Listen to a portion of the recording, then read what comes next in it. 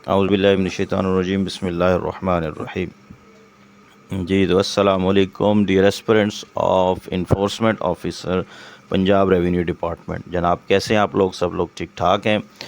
अच्छा, आज की जो हमारी वीडियो होगी वो फ़ाइनांस से रिलेटेड होगी और फ़ाइनांस के अंदर जो टॉपिक है कैपिटल बजटिंग का, उसके अंदर एक टेक्निक है एनपीवी, जिसको कहते हैं नेट प्रेजेंट वैल्यू।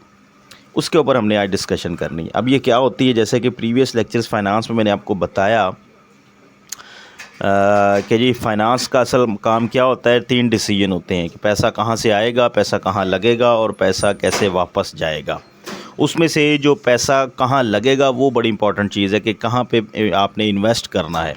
अच्छा, उस इन्वेस्ट करने के लिए आपके पास कुछ इन्वेस्टमेंट टूल होने चाहिए, कुछ अप्रेजल परफॉर्मेंस होनी चाहिए। पहले 2-3 प्रोजेक्ट आपके पास हैं और उन प्रोजेक्ट में से किस प्रोजेक्ट को आपने सिलेक्ट करना है, वो आपको कैपिटल बजटिंग टेक्निक्स वाले टूल्स बताएंगे कि किस प्रोजेक्ट में आपको रिटर्न ज़्यादा है और किस प्रोजेक्ट में ज़्यादा बेनिफिट है, किसको एक्सेप्ट करना है और किसको रिजेक्ट करना है। उसके हमने अभी तक जो टूल कर लिए थे, एक तो पे बैक पीरियड हमने कर लिया अपनी प्रीवियस वीडियो में, फिर उसके बाद हमने बस पे बैक पीरियड ही किया हमने। उसके बाद आज हम जो करने लगे हैं वो है नेट प्रेजेंट वैल्यू।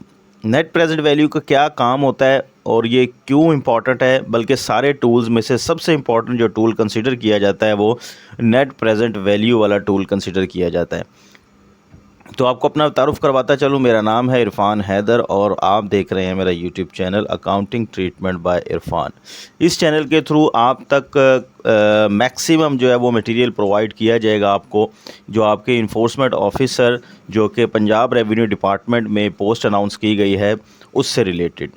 तो अगर आप चैनल पर नए हैं और फर्स्ट टाइम आप मेरे चैनल पर आए हैं तो फर्स्ट ऑफ ऑल आपको वेलकम करता हूं और साथ ही आपको ये रिकमेंड करता हूं कि आप इस चैनल को ज़रूर सब्सक्राइब करें, क्योंकि यहाँ पर आपको टैक्स से रिलेटेड, फाइनेंस से रिलेटेड, अकाउंट से रिलेटेड जो है ना वो काफ़ी ज़्यादा मटेरियल मिलने वाला है, ताकि आपकी अपनी टेस्ट की तैयारी अच्छे तरीके से हो सके। क्योंकि जैसे कि आपको मालूम है कि जैसे ही कोई इस तरह की पोस्ट अनाउंस की जाती है, जगह जगह दुकानें खुल जाती हैं, बाज़ार लग जाते हैं कि जी हमारे पास आए, हम आपको तैयारी करवाएंगे, भारी भरकम फीसेस पे की जाती हैं। और जो लोग बेचारे जॉब कर रहे होते हैं वो कहते हैं हमने तो काफ़ी देर से अपने सब्जेक्ट से हम टच ही नहीं है, तो हम किस तरह से जो है ना तैयारी करेंगे। तो हम इसको ज्वाइन कर लेते हैं, अकेडमीज़ लोग ज्वाइन कर लेते हैं, वहाँ पे भारी भरकम फ़ीस पे करते हैं और फिर पढ़ना स्टूडेंट ने खुद ही होता है, तैयारी खुद ही उसने करनी होती है। उन्होंने सिर्फ आपको एक तरीक़ेकार बता देना है, भाई आज आपने ये 4 सफ़े पढ़ के आने हैं, कल आपने ये 6 सफ़े पढ़ के आने हैं। वो करते कराते आपको इतना ज़्यादा मटेरियल वो थमा देते हैं और फिर एट द एंड तैयारी आपके बिहाफ पे आपने खुद ही करनी होती है। तो इन सारी चीज़ों से, झंझटों से बचने के लिए मैंने जो एक सिलसिला स्टार्ट किया हुआ है, इसमें अब तक अल्हम्दुलिल्लाह मैंने सेल्स टैक्स ऑन पंजाब का जो है सर्विसेज पर अप्लाई होता है उसको कंप्लीट हमने जो है चैप्टर वाइज उसकी कंप्लीट डिस्कशन कर ली है और मुझे उम्मीद है कि आप लोगों ने उससे भरपूर फ़ायदा उठाया और आप लोगों का रिस्पांस भी मुझे बड़ा अच्छा रहा है। आप लोगों ने कमेंट किए हैं, आप लोगों ने उसको अच्छे तरीके से अंडरस्टैंड किया है और अपना रिस्पांस शो किया है। तो जिस वजह से मैं अब इसको आगे कंटिन्यू कर रहा हूँ। अब मैं आपके लिए फ़ाइनांस और अकाउंट से रिलेटेड वो टॉपिक लेकर आऊँगा जो हॉट टॉपिक हैं, जो कि ज़्यादातर इस्तेमाल हो रहे हैं प्रैक्टिकल लाइफ में और टीचर्स के जो फेवरेट टॉपिक्स हैं वो टॉपिक्स आपके पास में लेके आए। तो चले जी स्टार्ट करते हैं अपने टॉपिक की तरफ। नेट प्रेजेंट वैल्यू क्या होती है? Net present value is a financial metric used to evaluate an investment project. It calculates the difference between the present value of cash flows and the present value of the cash outflows over a period of time. ठीक होगा, अभी मैं सारा आपको समझाता हूँ ये क्या है। A positive NPV indicates that the project is accepted to generate more cash inflows than outflows and is therefore profitable investment. ठीक हो गया। अब ये क्या होती है, आपने जब भी कोई प्रोजेक्ट चूज़ करना है इन्वेस्टमेंट के लिए, आप देखेंगे कि हमारा कितना पैसा इसको लगेगा, वो आपका आउटफ्लो कहलाएगा और हमें इससे कितना एक्सपेक्टेड है रिटर्न, वो चाहे एनुअली हो, वो चाहे बाई एनुअली हो, वो आप जिस तरह भी रिटर्न आपका रिटर्न आएगा, आपने उस रिटर्न को नेट ऑफ करना है, उसकी प्रेजेंट वैल्यू निकालनी है। प्रेजेंट वैल्यू निकालने के बाद आपने देखना है कि हमने आज जितना पैसा लगाया और इसकी जो प्रेजेंट वैल्यू बन रही है क्या वो ज़्यादा है। अगर नेट प्रेजेंट वैल्यू ज़्यादा होगी, पॉजिटिव होगी, तो हम उस प्रोजेक्ट को एक्सेप्ट करेंगे।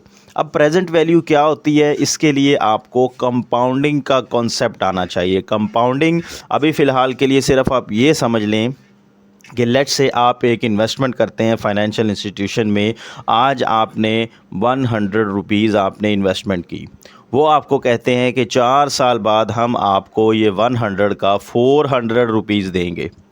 ठीक है, तो ये 4 साल बाद जो वैल्यू आ रही है 400, ये आपकी फ्यूचर वैल्यू है और जो 100 रुपीज़ है वो आपकी प्रेजेंट वैल्यू है। अब इस सिनेरियो को आप इस तरह से समझें कि आपने एक जगह पर इन्वेस्टमेंट करनी है फाइनेंशियल इंस्टीट्यूशन में, और फाइनेंशियल इंस्टीट्यूशन कहता है कि हम आपको 4 साल बाद 400 रुपीज़ देंगे, तो आप हमें आज इतने पैसे दें। लेट्स से वो कहते हैं आप हमें 150 रुपीज़ दें। ठीक है, लेकिन जब आपने वो सारा प्रॉफिट निकाला, आपने कहा इसकी तो प्रेजेंट वैल्यू 100 है, एक जगह पर मैं अगर 100 रुपीज़ इन्वेस्ट करूं तो मुझे फिर भी 400 मिल रहे हैं, जबकि ये जो बंदा मुझसे इन्वेस्ट करवा रहा है ये कह रहा है 150 दें, मैं आपको 400 फ्यूचर में 4 सालों बाद दूंगा। तो इसको कहते हैं प्रेजेंट वैल्यू, कि भाई सारे डिस्काउंट फैक्टर निकालने के बाद, उसका प्रॉफिट असल निकालने के बाद जो उसकी असल वैल्यू है वो कितनी है, वो 100 रुपीज़ है। अभी हम इसकी प्रैक्टिकल एग्जांपल भी करेंगे, एक पूरा क्वेश्चन करेंगे फुल फ्लेज, आपको वहाँ पर फुली अंडरस्टैंडिंग हो जाएगी। लेकिन उससे पहले आपके पास इसकी इम्पोर्टेंस होनी चाहिए कि इसकी इम्पोर्टेंस क्या है। इसमें से भी आपसे पूछा जा सकता है कि क्यों ये नेट प्रेजेंट वैल्यू इतनी इम्पॉर्टेंट कंसीडर होती है कैपिटल बजटिंग टेक्निक्स के अंदर। सबसे पहले टाइम वैल्यू ऑफ मनी को ये कंसीडर करती है। टाइम वैल्यू ऑफ मनी के टाइम के साथ साथ जो इन्फ्लेशन आती है मार्केट इकोनॉमी के अंदर, कि जो प्राइजेज़ इंक्रीज़ होती हैं, जैसे कि आपको बखूबी आप वाकिफ़ हैं इस चीज़ से कि आज एक किसी चीज़ की प्राइस कुछ है और आज से 5 साल पहले एक चीज़ की वही प्राइस कुछ और होती थी। ठीक है, सेम प्रोडक्ट है लेकिन उसकी प्राइस आज इंक्रीज़ कर चुकी है। आल दो कि आप इस चीज़ को एबनॉर्मल सिचुएशन में ना लेके जाएं, जैसे कि सोलर पैनल्स हैं, उनकी प्राइस अगर आज से हम 2 साल 3 साल पहले देखें तो एक सोलर पैनल अगर आपको लेट से 80,000 रुपीज़ का मिल रहा था तो आज वो आपको 25,000 रुपीज़ का मिल रहा है। तो ये एक एबनॉर्मल सिचुएशन है। इसमें बड़े फैक्टर्स इन्वॉल्व हैं, जैसे कि उसमें से गवर्नमेंट ने टैक्स रिड्यूस कर दिया, उसके बाद यहाँ पर उसकी मैन्युफैक्चरिंग होना शुरू हो गई, तो ये सारे फैक्टर्स इन्वॉल्व हैं जिस वजह से उसकी प्राइस रिड्यूस हुई है। जबकि अगर सिचुएशन नॉर्मल रहती, ना टैक्स रिड्यूस होते, ना यहाँ पर प्रोडक्शन होती, तो फिर क्या होना था, ना उसकी डिमांड इंक्रीज़ होती, तो जिस वजह से उसकी प्राइस स्टेबल ही रहनी थी। तो ये एक एबनॉर्मल सिचुएशन है। नॉर्मल सिचुएशन में टाइम वैल्यू ऑफ मनी में प्राइजेस ज़्यादातर इंक्रीज़ होती ही देखी गई हैं। आज से अगर आप 10 साल पहले देखें तो किसी चीज़ की प्राइस अगर कुछ थी तो आज उसकी प्राइस बहुत ज़्यादा इंक्रीज़ हो गई। तो ये इन्फ्लेशन रेट है। ठीक है, इस इन्फ्लेशन रेट को भी कंसीडर करता है हमारा net present value. Time value of money के जो साइड इफ़ेक्ट्स होते हैं उसको रिमूव करके फिर आपको प्रेजेंट वैल्यू बताता है किसी एसेट की, जो आपने एक्सेप्ट करना है या नहीं करना। दूसरा होता है प्रोजेक्ट प्रॉफिटेबिलिटी को भी देखता है, इन्वेस्टमेंट डिसीजन मेकिंग को भी देखता है, रिस्क असेसमेंट भी करता है। ये टेक्निक लॉन्ग टर्म प्लानिंग के लिए भी ये टूल बेस्ट है कि आपने लॉन्ग टर्म जाना है या नहीं जाना। कैपिटल बजटिंग को भी ये वैसे तो खुद ही कैपिटल बजटिंग की टेक्निक है, तो इसके लिए भी ये काफ़ी असरअंदाज होता है। अब वन बाय वन इनको हम थोड़ा सा देख लेते हैं। सबसे पहले टाइम वैल्यू ऑफ मनी क्या है। NPV consider the time value of money, recognizing that a dollar received in the future is worth less than a dollar received today due to factors such as inflation and opportunity cost of capital। जो मैंने आपको बताया कि एक बंदा आपको 150 रुपया कह रहा है कि 150 रुपीज़ दें तो आपको 4 साल बाद 400 देंगे, और एक आपने खुद एनालिसिस किया और आपने कहा कि मैं वही इन्वेस्टमेंट में अगर 100 रुपीज़ इन्वेस्ट करूं तो मुझे सेम टाइम पीरियड के बाद 400 मिलेगा। तो ये आपने एनालिसिस किया। ठीक है, उस एनालिसिस के बिहाफ पे आपने वो जो उसकी प्रेजेंट वैल्यू है उसकी बिहाफ पे आपने डिसीजन लिया। तो ये नेट NPV प्रेजेंट वैल्यू को कंसीडर करता है कि उस जो प्रोजेक्ट आप सिलेक्ट करने लगे हैं उसकी सारी की सारी प्रेजेंट वैल्यू क्या आ रही है, जिस बिहाफ पे आप इसको सिलेक्ट करें या रिजेक्ट करें। सेकंड बार आता है प्रोजेक्ट प्रॉफिटेबिलिटी को भी देखता है। अंडरस्टूड कि आपको पता है कि आपने एक प्रोजेक्ट में इन्वेस्टमेंट किया, अब आपको वहाँ पे कैश फ्लोज रिटर्न होने हैं। ठीक है, आपको वहाँ पे एनुअली कुछ ना कुछ सेल्स आनी है, कुछ ना कुछ इंक्रीज़ आना है आपकी सेल में, या कुछ ना कुछ रिटर्न आपको आना है। तो उस रिटर्न के बाद आपको ये बताता है कि आपकी जो असल इन्वेस्टमेंट है वो निकलने के बाद आपको इस प्रोजेक्ट से कितना प्रॉफिट मिलेगा, कितना एक्स्ट्रा बेनिफिट आपको हो सकता है। तो इस नुक्ता नज़र से आप देखें तो एनपीवी हमें प्रेजेंट प्रॉफिटेबिलिटी के बारे में भी बताता है। आगे जाके जब हम इसकी प्रैक्टिकल एग्जांपल करेंगे विद क्वेश्चन, तो आपको वहाँ पर ये सारी चीज़ें क्लियर हो जाएंगी कि उसने कैसे टाइम वैल्यू ऑफ मनी को कंसीडर किया अपने अंदर, और कैसे प्रोजेक्ट की प्रॉफिटेबिलिटी उसने बताई। NPV help determine the profitability of investment or project by comparing the present value of expected cash flows to present value of cash flows. A positive NPV indicate that the project is expected to generate more values than its cost, making it potential profitable. ठीक है, वो बता देता है कि अगर आपको ज़्यादा आ रहे हैं पैसे, इट्स मीन आपका बिजनेस, आपका प्रोजेक्ट प्रॉफिटेबल है। इन्वेस्टमेंट डिसीजन मेकिंग में भी काम करता है NPV. NPV is commonly used in investment appraisal to evaluate the viability of projects और investment. It help decision makers compare different investment options and choose the one that maximize values for company और investors. ठीक है, अब आप 2-3 project आपके सामने पड़े हैं, हर प्रोजेक्ट की जब आप एनपीवी निकालेंगे तो जिसकी एनपीवी पॉजिटिव ज़्यादा आएगी, अंडरस्टूड है कि वो प्रोजेक्ट आपके लिए ज़्यादा प्रॉफिटेबल होगा। तो ये इन्वेस्टमेंट डिसीजन मेकिंग में भी आपकी हेल्प हुई एनपीवी के ज़रिए। Risk assessment, NPV can incorporate risk by adjusting the discount rate used to calculate the present value of cash flows. NPV के पूरे मेथड में एक स्टेप होता है जिससे आप डिस्काउंट करते हैं अपनी सारी कैश फ्लोज को। मिसाल के तौर पे आज 1 साल के बाद आपको 1 लाख मिलेगा, 2 साल के बाद आपको उसी प्रोजेक्ट से 2 लाख मिलेगा, फिर 3 लाख मिलेगा। आपने कहा जी ठीक है, साल के बाद मुझे पैसे मिल रहे हैं, क्या ये जो 1 लाख, 2 लाख, 3 लाख है, इसकी आज क्या वर्थ है, क्योंकि मैंने आज पैसा लगाना है, टोटल इन्वेस्टमेंट आज करनी है। तो इन सारों को जो इन्फ्लेशन का फैक्टर लगा है वो सारों का माइनस कर दो, वो सारों का निकाल के फिर मुझे बताओ कि आज वो जो 1 लाख 1 साल बाद मिलना है उसकी आज क्या वर्थ है, और 2 सालों बाद जो 2 लाख मिल रहा है उसकी आज क्या वर्थ है। तो ये वाला फैक्टर भी जो है ना, इसको कहते हैं रिस्क असेसमेंट, इसको भी कंसीडर करता है एनपीवी मेथड। ये सारी चीज़ें आगे क्लियर होंगी आपकी विद एग्जाम्पल, आपने बस इनको अभी यहाँ पर याद रखना है कि ये क्या चीज़ें होती हैं। फिर आता है लॉन्ग टर्म प्लानिंग। तो लॉन्ग टर्म प्लानिंग के लिए हमने देखा था पे बैक पीरियड में, जस्ट पे बैक पीरियड हमें बताता है कि कितने साल में आपका जो इनिशियल इन्वेस्टमेंट आपने करनी है वो रिटर्न हो जाएगी, वो आपको वापस आ जाएगी। उसके बाद का कुछ भी पे बैक पीरियड हमें नहीं बताता, जो हमने प्रीवियस कैपिटल बजटिंग टेक्निक की थी। लेकिन जो एनपीवी है वो हमें लॉन्ग टर्म प्लानिंग के बारे में भी बताता है, इंडिकेट करता है कि 3 सालों में तो आपका जो पे बैक आ जाएगा वापस। उसके बाद जो इस प्रोजेक्ट के साल बचेंगे उसमें आपको कितना रिटर्न आएगा, तो किस प्रोजेक्ट को आपने एक्सेप्ट करना है वो भी इससे पता चल जाता है। NPV is useful for long term planning as it consider the impact of an investment over its entire life cycle. It helps businesses make strategic decision that align with their long term financial goal। अगर आपका business का कोई गोल ऐसा है कि मैंने आज से 4 साल 5 सालों बाद एक नया प्रोजेक्ट मैंने इन्वेस्ट करना है और उसमें मुझे इतना पैसा चाहिए, तो उस 4 साल बाद के डिसीजन को इम्प्लीमेंट करने के लिए आपने आज कौन सा प्रोजेक्ट सिलेक्ट करना है जिससे 4 सालों बाद आपके पास इतनी वर्थ आ जाएगी कि आप अपने उस प्रोजेक्ट में इन्वेस्ट करेंगे। तो इस चीज़ को भी जो है ना हमारा एनपीवी हमें कंसीडर करके देता है।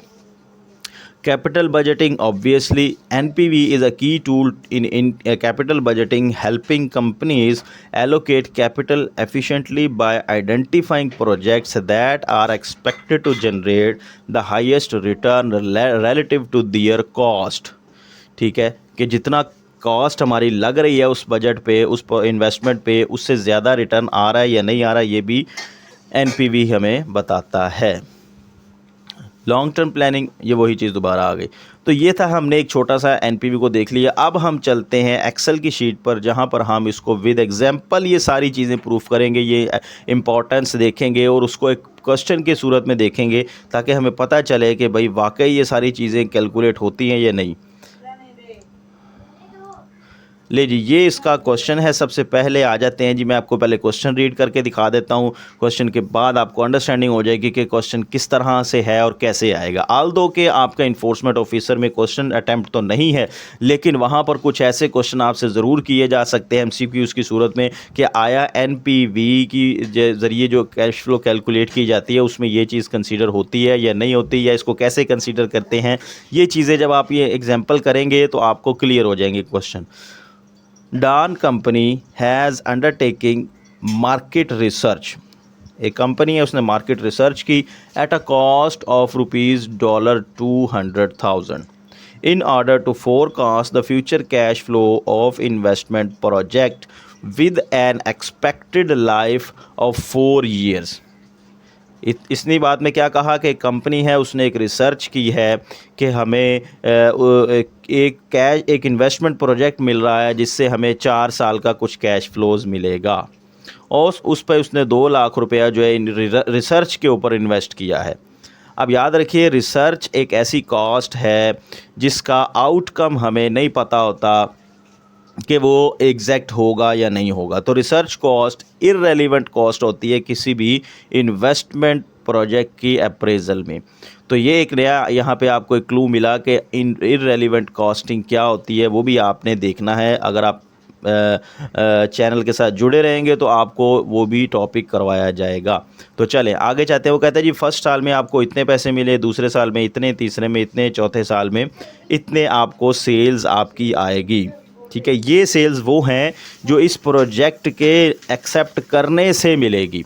एक्सपेक्टेड है, फोरकास्टेड है, ठीक है, एक्चुअल नहीं है। ये सारा एस्टीमेशन की बेस पर आपने प्रोजेक्ट को एक्सेप्ट या रिजेक्ट करना है। तो लें जी, पहली सेल्स आ गई, दूसरी, तीसरी, चौथी, और ये सारी वैल्यूज़ डॉलर्स थाउजेंड्स में राउंड ऑफ की गई हैं। इनके आगे 000 लगता है, उसको हमने इसलिए रिमूव किया ताकि हमारी कैलकुलेशन ईजी हो जाए।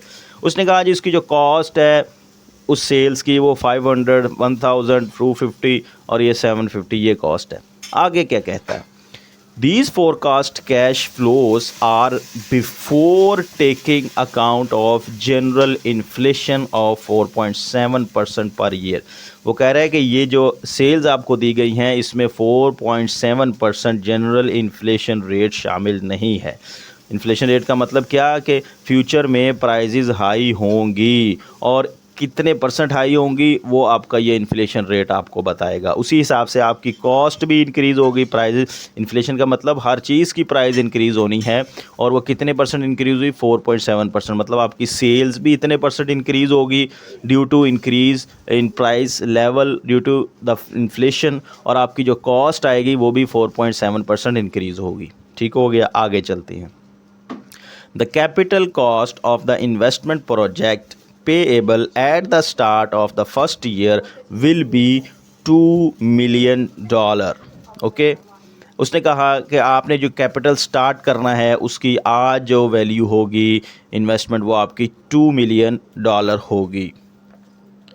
ठीक हो गया। देन उसके बाद आ जाए, the investment project will have 0 scrap value at the end of the 4th year. वो कह रहा है जी उसकी स्क्रैप वैल्यू जो है वो 0 है, मतलब जो आपने लगाया $2 मिलियन वो आपका सारे का सारा एंड ऑफ प्रोजेक्ट वो 0 होगा। आपको कुछ भी उससे एक्स्ट्रा अमाउंट रिसीव नहीं होगी। स्क्रैप वैल्यू का मतलब कि 4 साल बाद वो एसेट किसी काम का नहीं रहेगा, उसे हमें सेल करना पड़ेगा स्क्रैप में, तो हमें जो पैसे मिलेंगे वो 0 मिलेंगे। ठीक हो गया, ये एक और पॉइंट आ गया। The level of working capital investment at the start of each year is expected to be 10% of the sales revenue in that year।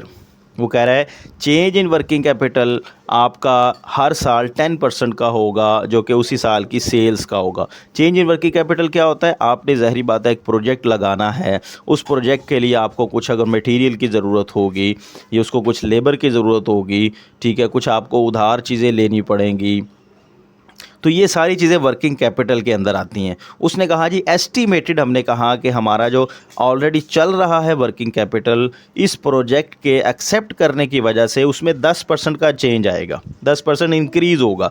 तो वो जो 10% इंक्रीज़ है, हमने सिर्फ वो वाली अमाउंट लेनी है इस प्रोजेक्ट के एनालिसिस के लिए, ना कि सारी की सारी अपनी बिज़नेस की जो वर्किंग कैपिटल है वो इसको लगा देना।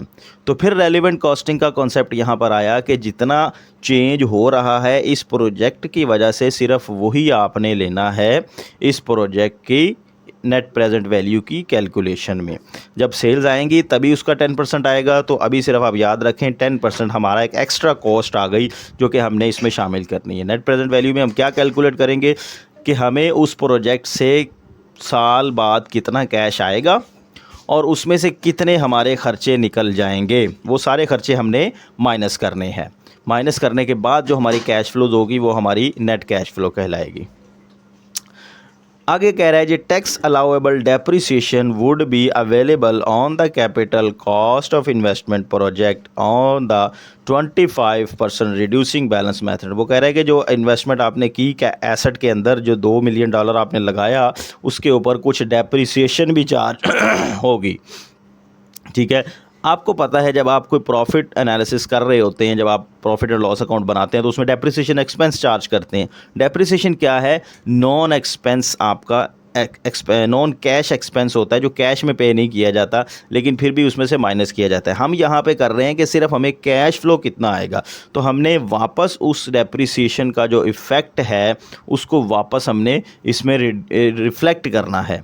तो वो भी हम आगे जाके देखें कैसे रिफ्लेक्ट होगा। फिर वो कहता है जी Dan company pay tax on profit at annual rate 30%। कह रहा है जी 30% के हिसाब से उसे टैक्स देना पड़ता है। तो हमने इस कैश फ्लोज में से 30% का टैक्स भी माइनस करना है, क्योंकि हमें वो तो रिटर्न आया ही नहीं। अगर हम ये प्रोजेक्ट एक्सेप्ट करते हैं तो हमें 30% टैक्स भी तो देना पड़ेगा। तो हम अपनी जो कैश फ्लो इन हो रही है उसमें से जो कैश फ्लो आउट हो रही है उसको माइनस करेंगे। अच्छा जी, उसके बाद कहता है paid 1 year in arrear. 1 year in arrear का मतलब कि आपका पूरे साल का जो टैक्स बनेगा इस साल का, वो आपने अगले साल जाके पे करना है। अगले साल जो आप टैक्स पे करेंगे वो आपके पिछले साल का एरियर का टैक्स कंसीडर होगा। नॉर्मल अगर आप प्रैक्टिकल लाइफ में भी देखें तो जब कोई बंदा टैक्स रिटर्न अपनी फ़ाइल करता है तो वो टैक्स तब पे करता है, कौन सा पे करता है? पिछला साल जो गुजर गया है, एरियर जो गुजर गया है वो पे करता है। ठीक है, तो यहाँ पर भी वही कॉन्सेप्ट है कि आपने पूरा साल काम करना है, काम करने के बाद आपने टैक्स कैलकुलेशन करनी है, तो वो आपने पे कब करना है? अगले साल। लेकिन वो परसेंटेज लगेगी किस पे? पिछले साल की इनकम पे लगेगी, पिछले साल की कैश फ्लो पे वो परसेंटेज लगेगी। लेकिन माइनस किस में से करेंगे? वो अगले साल की कैश फ्लो में से माइनस करेंगे। सॉरी, आगे आ जाते हैं जी। लास्ट वन इंफॉर्मेशन रह गई जी। Dan company has nominal money term after tax cost of capital उसकी 12% है। ये कॉस्ट ऑफ कैपिटल का मतलब अगर वो ये इन्वेस्टमेंट करता है तो उसको जो कॉस्ट बियर करनी पड़ेगी, यानी कि लोन लिया उसने, उस पर उसको इंटरेस्ट लिया, उसको इंटरेस्ट पे करना पड़ेगा, या उसको कोई और अपॉर्चुनिटी मिल रही है वो उसको अवेल नहीं करना चाह रहा, जहाँ से उसको 12% प्रॉफिट मिल रहा है, तो वो भी उसका cost of capital he consider होगा। वो कह रहा है वो 12% है, तो ये 12% आप कह लें उसका डिस्काउंट फैक्टर हुआ कि जिससे उसने उसको डिस्काउंट करके फिर लाना। डिस्काउंट हम क्यों कर रहे हैं? क्योंकि हमारा मिनिमम ये वाला रेट है, इससे नीचे हम नहीं जाएंगे। अगर इससे नीचे जाएंगे तो हमें और बड़े प्रोजेक्ट अवेलेबल हैं जिस पर हम इन्वेस्ट करके पैसा अर्न कर सकते हैं, जिससे हमें 12% मिनिमम प्रॉफिट मिल रहा है। ओके जी, अब आ जाते हैं जी इसको हम अपने एक्सेल की शीट पे, जहाँ पे हम ये देखेंगे कि जी किस तरह से इस क्वेश्चन को सॉल्व करना है। अच्छा जी, सबसे पहले जी सेल्स आ गई आपकी। उसने कहा जी कि सेल कितनी है, जो एक्चुअल वैल्यू है उस सेल को हम लिख देते हैं। ज़ीरो का मतलब है जी पहले साल, अभी स्टार्ट इनिशियल, ये ज़ीरो कंसीडर होता है। और जो फर्स्ट है वो साल का एंड होने के बाद पहला साल जो आया। ठीक है, जनवरी से जून, जनवरी से दिसंबर अगर हम बात करते हैं तो आज हमने इन्वेस्टमेंट की तो ये जनवरी हमारे लिए ज़ीरो होगा। इसी साल का दिसंबर जो होगा वो फर्स्ट ईयर होगा। तो ज़ीरो में तो आपको कोई भी सेल नहीं मिली, क्योंकि आपने आज इन्वेस्ट किया, तो ज़ीरो में कोई सेल नहीं है। ईयर 1 में आपको सेल कितनी मिली? 12,500। इसी तरह आपको 2, 6.570 सेल मिली, फिर उसके बाद 689 आपको सेल मिली, देन उसके बाद 4530 आपको सेल मिली। ये आपके 4 सालों की सेल उसने एक्सपेक्ट कर दी आपको, 5वें साल को अभी छोड़ दें आप। अब आ जाते हैं जी कॉस्ट कितनी है। कॉस्ट ही उसने कहा जी हमारे पास जो 500 लगेगी, जो इस सेल को अर्न करने के लिए लगेगी वो ये है, और इस सेल को अर्न करने के लिए ये लगेगी, और इस सेल को अर्न करने के लिए ये कॉस्ट लगेगी हमारी। अब उसने एक चीज़ आपको बताई थी कि इन्फ्लेशन हमारी हुई है। इन्फ्लेशन हमारी होने से हमारी सेल्स चेंज हो गई, हमारी कॉस्ट इफेक्ट हो गया, तो हमने यहाँ पर इन्फ्लेशन फैक्टर अप्लाई करना है। अब इन्फ्लेशन फैक्टर कैसे अप्लाई होता है वो भी आप देख लें। इन्फ्लेशन फैक्टर अप्लाई करने के लिए आपने यहाँ पर असल में इन्फ्लेशन फैक्टर क्या है कि आपने उसको इंक्रीज़ करना है। 1 साल बाद कितनी इंक्रीज़ होगी आप उसको यहाँ पर ये लगा लें ब्रैकेट में।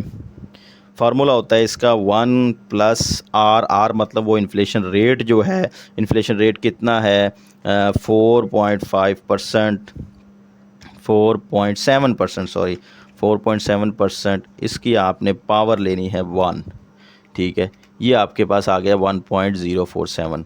दूसरे में आपने इसकी पावर लेनी है, तो ये हमने इन्फ्लेशन फैक्टर लगा दिया। अब हमने सेल को भी इंक्रीज़ करना है, सेल को मल्टीप्लाई करना है हमने इस इन्फ्लेशन रेट से, ये हमारी इंक्रीज़्ड सेल आ गई। इसी तरह हमने अगले फैक्टर को भी मल्टीप्लाई करना है इंक्रीज़ से, तो ये हमारे पास सारों की इन्फ्लेटेड सेल्स आ जाएगी, जिसको हमने मल्टीप्लाई। आप इसको जो है ना राउंड ऑफ कर लें, राउंड ऑफ कर लिया आपने ताकि अंडरस्टैंडिंग इजी आ जाए आपके पास। ये ले जी, सिर्फ एक हम इसको कंप्लीट राउंड ऑफ कर लेते हैं ताकि आपको अंडरस्टैंडिंग में प्रॉब्लम ना आए। लो जी, ये हमने सेल्स को राउंड ऑफ कर लिए। जस्ट लाइक दैट आपने कॉस्ट को भी क्या करना है, इन्फ्लेट करना है। आपने मल्टीप्लाई किया इस फैक्टर को इस कॉस्ट ऑफ सेल से, ठीक है, तो ये आपकी कॉस्ट ऑफ सेल भी आ गई। इसको देख लेते हैं हम, ये इसी से मल्टीप्लाई हुआ है जी, इसी से मल्टीप्लाई हुआ है। इसको भी आप राउंड ऑफ कर लें ताकि आपकी एक अंडरस्टैंडिंग क्लियर हो जाए। लें जी, आपने सेल भी इंक्रीज़ कर ली और अपनी कॉस्ट भी इंक्रीज़ कर ली। अब क्या निकालना है, टैक्सेबल कैश फ्लोज। अब वो निकलेगी टैक्सेबल कैश फ्लोज, क्योंकि इसके अंदर और कोई फिक्स कॉस्ट नहीं है, कोई वेरिएबल कॉस्ट नहीं है, कोई एक्स्ट्रा कॉस्ट नहीं है, वो सारी उसने एक ही फिगर में बता दी है कि जी इतनी कॉस्ट है इसकी। अब इसमें से माइनस करेंगे, हम देखेंगे कि कितना एक्चुअल हमें कैश फ्लो रिसीव होगा इस प्रोजेक्ट को लगाने से। तो वो क्या करेंगे, माइनस करेंगे, सिंपल। इन्फ्लेटेड कैश फ्लोज में से इन्फ्लेटेड जो हमारा है वो हम इसको माइनस कर देंगे। लें जी, ये आपकी क्या आ गई, कैश फ्लोज आ गई। अभी 0 में हमने कुछ नहीं किया, ना 5 में कुछ किया, क्योंकि इसमें अभी इसका कोई इम्पैक्ट ही नहीं आया। ले जी, अब कह रहा है टैक्स पेएबल, अंडरस्टूड है, टैक्स पे ए भी करना पड़ेगा आपको, और वो पे आपको पता है एरियर में किया जाता है। मतलब आज की जो रेट होता है, आज का जो टैक्स होता है साल का, वो अगले साल जाके कहीं पे होता है।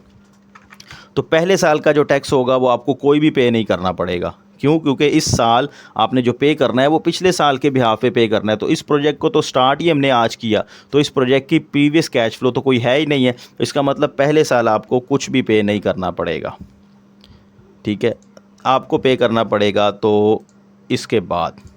अब यहाँ पे आपने परसेंटेज लगानी है, टैक्स कैलकुलेट करना है, क्योंकि दूसरे साल आपको टैक्स पे करना पड़ेगा, लेकिन होगा वो पिछले साल का।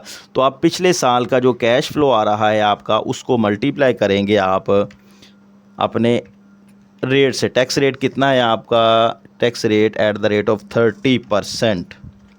यह आपने टैक्स रेट लगा दिया, यह आपका टैक्स रेट आ गया।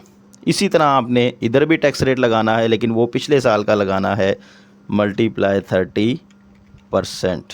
यहाँ पर भी आप लगाएंगे, लेकिन वो पिछले साल की होगी 30%। यहाँ पर भी आप लगाएंगे, लेकिन वो होगी पिछले साल की, जो कि ये है 30%। अब अंडरस्टैंड हुआ कि मैंने 5 ईयर क्यों लिए, क्योंकि जो एरियर का टैक्स था वो आपने जाके 5वें साल पे करना है चौथे का, तो 5वें साल भी कुछ इसकी कैश फ्लोज आएंगी जिसमें आपको नेगेटिव कैश फ्लो गई, आपकी नेगेटिव आ गई, भैया आपने ये पे करना है। अब इसको आपने टैक्स पे किया, तो टैक्स पे करने के बाद अभी हमने ये चीज़ें माइनस करनी है। इसको अगर आप माइनस करें, यानी कि नेगेटिव वैल्यू है, इसके साथ आप माइनस लगाएं, तो आपको अंडरस्टैंड हो जाएगा कि भाई ये टैक्स पेएबल है, हमने जो पे करना है ये नेगेटिव है। चलें जी, इसको भी आप राउंड ऑफ कर लें अपनी अंडरस्टैंडिंग के लिए, इजीली अंडरस्टैंड कर लें आप इसको। ओके जी, आगे आ जाएं। चेंज इन वर्किंग कैपिटल, वो कह रहा है कि अब चेंज इन वर्किंग कैपिटल भी वो खर्चा है जो हमारा इस प्रोजेक्ट के एक्सेप्ट की वजह से होगा, कि अगर हम ये प्रोजेक्ट एक्सेप्ट करते हैं तो जो ऑलरेडी हमारा सिस्टम चल रहा है, जो हमारा पैटर्न चल रहा है सेल परचेज़ का, उसमें 10% इंक्रीज़ आ जाएगा इस प्रोजेक्ट को एक्सेप्ट करने की वजह से।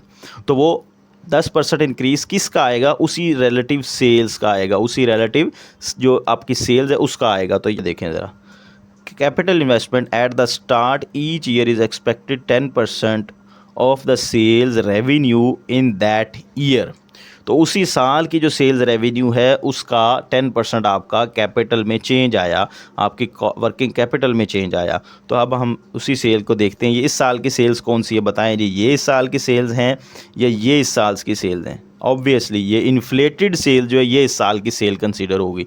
तो हमने चेंज इन वर्किंग कैपिटल इसका 10% लेना है। सबसे पहले आपने वर्किंग कैपिटल निकालना है कि वर्किंग कैपिटल लगेगा कितना हमारा हर साल। वर्किंग कैपिटल क्या होता है कि आपने कितने एसेट परचेज़ करने हैं, सॉरी एसेट नहीं, मटेरियल कितना परचेज़ करना है, लेबर कितनी लगानी पड़ेगी, उस बिज़नेस के ऑपरेशन को रन करने के लिए जो पैसे लगेंगे वो आपके वर्किंग कैपिटल कहलाते हैं। तो वर्किंग कैपिटल उसने बताया कि जी हर साल की जो सेल है उसका 10% आपको लगेगा, ठीक है, वो 10% आपको लगाना पड़ेगा, फिर आपका जो है ना वो सेल आपको मिलेगी, आपका बिज़नेस रन होगा। ले जी, अब यहाँ पे आ जाते हैं जी। सबसे पहले वर्किंग कैपिटल 0 साल में कितना होगा, 1 ईयर में कितना होगा, 2 ईयर में कितना होगा, 3 ईयर में कितना और 4 ईयर में कितना वर्किंग कैपिटल लगेगा आपका। ले जी, 0 साल में अब वो कह रहा है कि सबसे पहले आपके पास सेल होनी चाहिए। पहले साल में कोई सेल नहीं है, जो कि यहाँ पे आपको सेल मिलेगी। अब सेल कौन सी लेनी है, एक्चुअल सेल लेनी है या इन्फ्लेटेड सेल लेनी है? ऑब्वियसली इन्फ्लेटेड सेल लेनी है, जो हमारी सेल्स हैं। यहाँ पे हम इसको चार्ज कर लेते हैं जी, ये हमारे पास सेल्स आ गई। अब इसमें आप लगाएंगे 10%। तो मैंने आपको बताया कि जो वर्किंग कैपिटल है वो आपने साल के शुरू में ही आपने वो सारी अरेंजमेंट करना होता है जिससे आपका बिज़नेस रन करेगा। तो आप यहाँ पे इसको लगाएंगे इसका 10%, ये आ गया 10%। इस साल आप फिर लगाएंगे 10%, लेकिन वो अगली साल का होगा, क्योंकि वो साल स्टार्ट होते ही आपको वो चीज़ें पहले परचेज़ करनी पड़ेंगी। ये आ गया। फिर आपने इस साल का लगाया, इसको आपने मल्टीप्लाई किया 10% से, ये आ गया। देन आपने इसको मल्टीप्लाई किया 10% से, ये आ गया। और चौथे साल आपने वो सारे का सारा वाइंड अप कर दिया, सारे का सारा कवर हो गया आपके। अच्छा जी, उसके बाद अब चेंज इन वर्किंग कैपिटल लगाना है कि चेंज इन वर्किंग कैपिटल जो पहले साल का वो तो आज लगेगा ही लगेगा, क्योंकि चेंज में होता है पिछले से अब में कितना चेंज आया। तो इससे पीछे कुछ भी नहीं था, प्रोजेक्ट हमने आज स्टार्ट किया तो हमारा पहला ही नेगेटिव फिगर होगी जो कि 131 आ गई। दूसरी हमारी क्या होगी, अगले साल में से पिछले साल को माइनस करना है। इस साल में से हमने पिछले साल को माइनस, ये हमारा चेंज इन वर्किंग कैपिटल दूसरे साल का आ गया। फिर अगेन तीसरे साल का वर्किंग कैपिटल ये चेंज आ गया, और फिर इसमें से चेंज इन वर्किंग कैपिटल ये आ गया, और इसमें से हमारा चेंज इन वर्किंग कैपिटल ये आ गया। ये फिगर 0 आएगी क्योंकि हमने इसको राउंड ऑफ करना है। अब एक फिगर आपकी जो है ना ये नेगेटिव में आ रही है क्योंकि इस साल आपको कम लगाने पड़े। आगे आ जाइए। अब इसको यहाँ पे आपने चेंज इन वर्किंग कैपिटल को भी एडजस्ट करना है, वो माइनस करना है पहले साल में से। पहले साल में माइनस आपका 131 हुआ, मतलब ये चेंज इन वर्किंग कैपिटल जो आपका कैश हाथ से गया आपके पास। फिर उसके पास 151 आया, देन उसके बाद 509 आया, और ये पॉजिटिव फिगर होगी क्योंकि ये आपके पास रिटर्न आ गया 246। और चौथे साल आपको कितना मिला, चौथे साल आपको 0 रुपीज़, आपके यहाँ पे कुछ भी शो नहीं होगा, 247, और यहाँ पे 554। देन उसके बाद पाँचवें साल तो वैसे ही 0 हो गया, ख़त्म हो गया काम। ले जी, ये पाँचवें साल आपने सारे का सारा जो पैसा लगाया था वर्किंग कैपिटल में वो आपने रिसीव कर लिया। आ जाए जी, आगे आ जाएँ। अब इन्वेस्टमेंट कितनी की है आपने, इन्वेस्टमेंट आपको सब क्वेश्चन में बताया $2 मिलियन आपने किया है इन्वेस्ट, और बाकी सालों में आपकी 0 है क्योंकि बाकी सालों में तो आपको रिटर्न आना है ना, हर साल इन्वेस्ट थोड़ी करी जाना है आपने। ये आ जाए। अब यहाँ पे टैक्स डेप्रिसिएशन हमने निकालनी है कि भाई हमारा जो इस प्रोजेक्ट की वजह से हमें जो एक सेविंग आ रही है डेप्रिसिएशन की, उस वजह से टैक्स हमारा सेव हो रहा है, वो कितना हो रहा है। अगर हम ये प्रोजेक्ट एक्सेप्ट करते हैं तो इस वजह से हम अपने प्रॉफिट एंड लॉस अकाउंट को डेप्रिसिएशन चार्ज करेंगे, जिससे हमारा क्या होगा, प्रॉफिट कम हो जाएगा, और प्रॉफिट कम होगा तो हमें कम टैक्स पे करना पड़ेगा। वो कितना कम पे करना पड़ेगा वो यहाँ पे देखते हैं।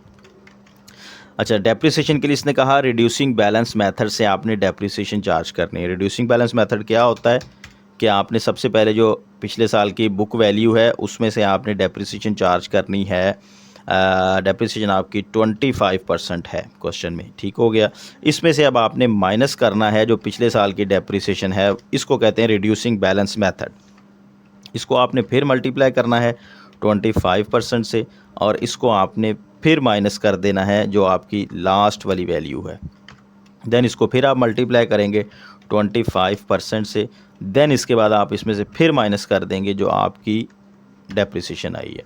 अब लास्ट ईयर आपको पता है 4 साल का प्रोजेक्ट है, 4 साल के बाद उसने कहा कोई रेजिडुअल वैल्यू नहीं है, मतलब इसमें कोई भी स्क्रैप वैल्यू नहीं है, तो हम इसको पूरे के पूरे को चार्ज करेंगे चौथे साल में। जो भी हमारी वैल्यू बच रही होगी वो सारी की सारी हमारे पास यही वाली वैल्यू डेप्रिसिएशन में आ जाएगी। ये तो थी हमारी depreciation at the rate of 25%, ठीक है। अब आ जाते हैं जी टैक्स सेविंग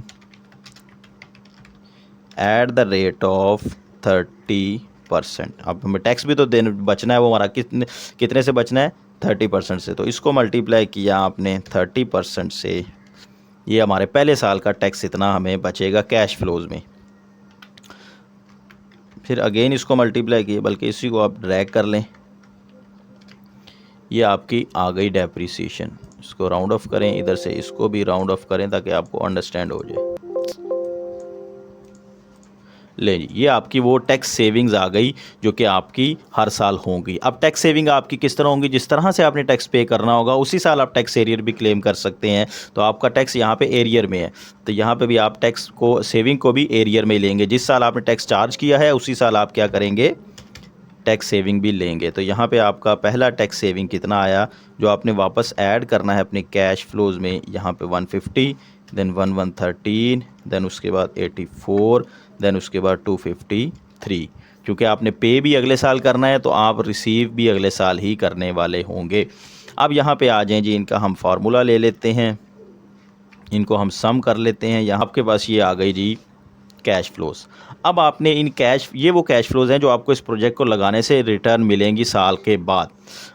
अब आपने देखना है कि हमने लगाया कितना साल के शुरू में और हमें मिलेगा कितना साल के एंड पे, उसको आपने कैलकुलेट करना है। उसके लिए आपने डिस्काउंट फैक्टर लगाना है। तो क्वेश्चन में उसने कहा जी 10% डिस्काउंट फैक्टर है, आपका जो कॉस्ट ऑफ कैपिटल है वो 10% है। तो जिस तरह हमने इन्फ्लेशन लगाई थी, इंक्रीज़ किया था, इसी तरह हम इसको अब डाउनवर्ड करेंगे, उसको डिक्रीज़ करेंगे कि भाई बताओ आज हम जो पैसे लगा रहे हैं और जो फ्यूचर में हमें मिलेंगे उसको अगर हम डिस्काउंट करें तो आज उसकी क्या वैल्यू बनती है।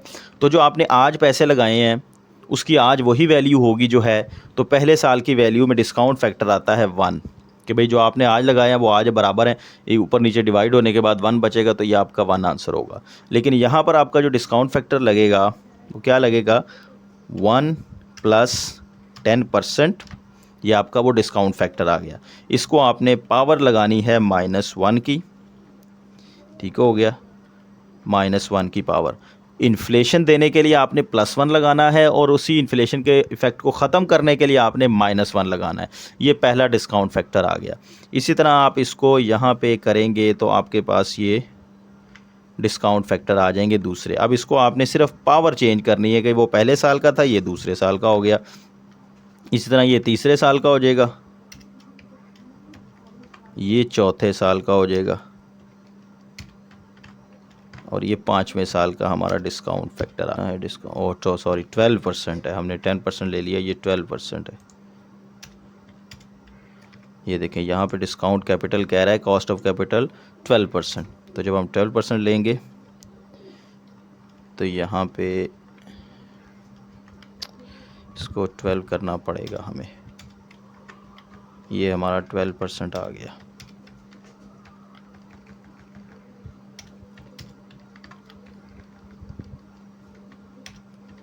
ये 12% डिस्काउंट फैक्टर। अब इस फैक्टर को आपने मल्टीप्लाई करना है ऊपर वाली जो आपकी कैश फ्लोज आई हैं उसके साथ।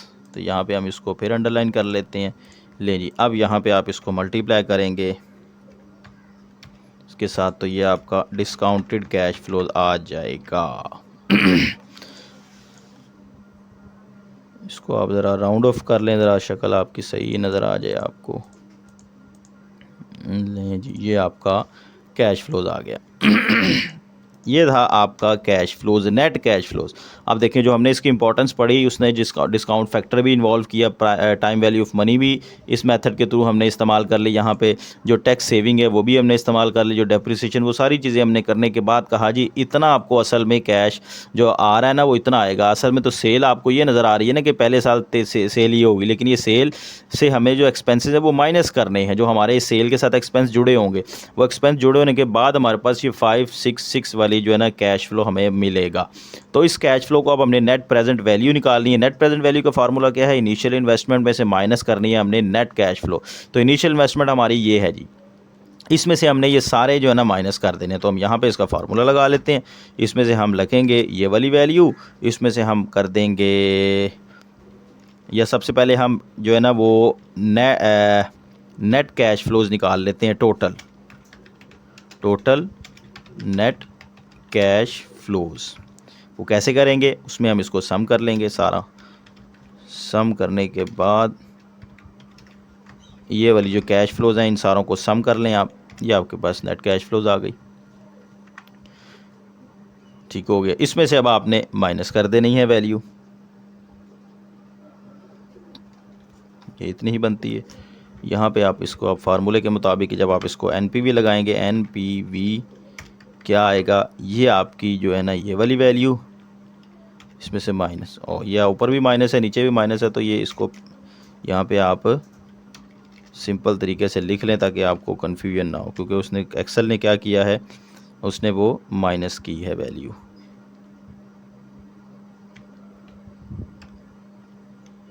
6075 यार इधर इक्वल दबाओ ना। तो इसका मतलब आपकी जो नेट कैश फ्लो है वो ज़्यादा है। ठीक है, नेट कैश फ्लो ज़्यादा आने से आपके पास जो आ रहा है प्रॉफिट वो ज़्यादा है। आपकी कैश फ्लो देखें ना, ये आपका वो कैश फ्लो जो आपकी लगनी है। ठीक है, यहाँ पे नेगेटिव आने का मतलब ये है कि हमने यहाँ पर इसको बड़ी वैल्यू में से छोटी वैल्यू माइनस की है। ठीक है, तो हमारे पास जो बड़ी वैल्यू है वो ये चीज़ आ रही है। ठीक है, इससे हमें इतना कैश फ्लो रिसीव हो रहा है। तो इससे पता चला कि हमारा ये प्रोजेक्ट जो है एक्सेप्टेबल है। तो ये एक मैक्सिमम क्वेश्चन है एनपीवी को अंडरस्टैंड करने के लिए। अब इसमें कुछ चेंज होगा तो वो वेरिएबल कॉस्ट, फिक्स कॉस्ट, ये चीज़ें चेंज आ सकती है, लेकिन यहाँ पर मैंने आपको एक वीडियो थोड़ी सी लेंथी ज़रूर हो गई है, लेकिन इससे आपको अंडरस्टैंडिंग ज़रूर मिल जाएगी कि असल में नेट प्रेजेंट वैल्यू होती क्या है और कैसे कैलकुलेट की जाती है। तो वीडियो अच्छी लगी है तो वीडियो को लाइक कर दीजिएगा, वीडियो को शेयर कीजिएगा, अगर चैनल पर नए हैं तो चैनल को सब्सक्राइब कर दीजिएगा। मुझे दुआ में याद रखिएगा, अपना बहुत सा ख्याल रखिएगा भाई। अल्लाह हाफिज़।